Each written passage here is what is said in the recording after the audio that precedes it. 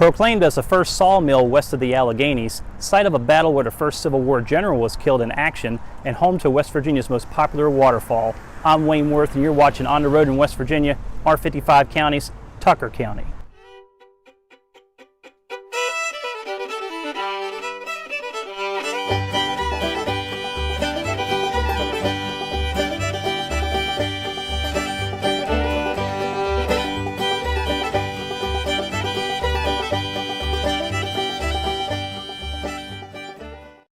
Long before Tucker County was a mecca for tourism, it was a rugged virgin forest where only the tough survived. One of those tough guys was a German immigrant named John Menier, who not only led Tucker County's first permanent settlement in 1776 in what is today St. George, but was also known as a dude who established the very first sawmill west of the Alleghenies. Unfortunately for John and his son Jonathan, their time here in Tucker County was very brief as the natives caught up with them, which back then usually meant a tomahawk to the head. As for further settlement to the region, it was pretty slow going as the county only had around 1,400 residents by the year 1860. Now, the Civil War would bring more conflict to the region as many were deeply divided in their allegiances. However, in the years following the Civil War, this once rugged and remote land would soon change as big timber and big coal would bring some big industrialists. Though Tucker County didn't experience any large-scale battles or skirmishes during the war, it was the site of one small battle that would make the history books.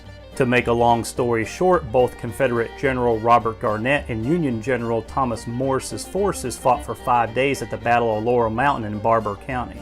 After hearing the news that the Confederates were defeated at nearby Rich Mountain in Randolph County and also being overran by General Morris's Union forces, General Garnett and his men headed to Tucker County where a run-in battle ensued at Cork's Ford. During the battle, General Garnett was shot and killed, making him the very first Civil War general on either side to be killed in action. Now, the end of the war meant the beginning of America's first industrial revolution, as this once vast and isolated wilderness would catch the eye of men of the likes of Henry Gassaway Davis and his son-in-law Stephen B. Elkins. Both Henry and Stephen were industrialists and would build the West Virginia Central and Pittsburgh Railway from Piedmont and Mineral County through Tucker County into Elkins and beyond. By 1884, the railroad came to Davis, and what followed was an epic timber boom as Davis would become the center of the timber industry in the county. 2 miles away in Thomas, it was a very different story as Henry and his brother Thomas Davis opened a coal mine here in 1883, and by 1892 the Davis Coal and Coke Company became one of the largest and well-known coal companies in the world. With coal came coke, as coal would be used to fire up many beehive ovens that surrounded the town of Thomas. As the railroad made its way to Parsons, it would also become a boom town. Matter of fact, it became the county seat in 1893 when a group of men made a trip to St. George and unlawfully stole all the records from the courthouse and brought them by horse and buggy back to Parsons. It seemed like things were really taking off in Tucker County as its population soared to 18,675 by 1910. However, by the 1920s it all changed as sawmills in Davis that produced nearly 9 million board feet of lumber in 40 years shut down, and just about all the original virgin forest was depleted. 2 miles down the road in Thomas, it was much of the same as coke production halted in 1921 and coal mining drastically faded, and as a result, so did the county's population. With no trees and no coal, one would wonder what happened to this once rugged wilderness we call Tucker County. And your answer? It redefined itself.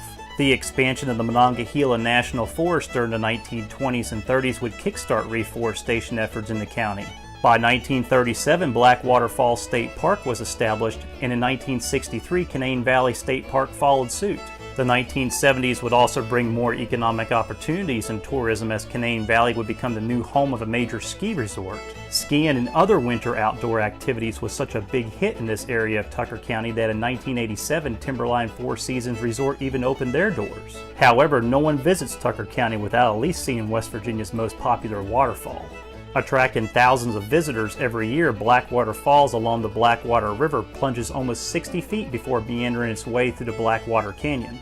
With the increasing popularity of the falls and the recreational opportunities the surrounding area now provides, the once industrial, thriving communities of Thomas and Davis are now bustling little tourist towns. And although the timber industry is not what it once was when Henry Gassaway Davis was in charge, the regrowth in forests throughout the county has created industries in manufactured wood products and even charcoal. Which brings us right here to Quarter H and a future that will one day connect the rest of the East Coast with some of our state's most popular tourist destinations, and when completed, will connect Tucker County with endless opportunities. I'm Wayne Worth, and until next time, always remember what we value and hold important to our lives today came from events that happened yesterday, and it's when we begin to understand the events of yesterday that we fully embrace today, which makes tomorrow become less of a mystery.